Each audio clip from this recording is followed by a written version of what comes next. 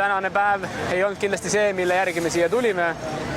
Üsna palju ebaõnne, aga eks see õnn soosib tugevaid, nii et eks see on kindlasti kohtasi, kus me peame ise endale otsa vaatama, nii sõitjad kui ka mina tiimijuhina ja mehaanikud, et sai tehtud vigu, mida ei tohiks teha. Ma loodan, et mehaanikud ja me tiimina õpime sellest. Homme on meil nii-öelda võimalik teha vigade parandust. Loodame, et see vigade parandus õnnestub. Meil on hommiku B-finaalist võimalik jõuda A-finaali. See saab raske olema, see saab tihe olema, aga kui kõik õnnestub ja poisid annavad endast maksimumi, võitlevad iga meetri ja iga sekundi eest, siis on kindlasti võimalus olemas, et olla A-finaalis. Aga on nii, nagu on. Tagantjärgi midagi ei muuda.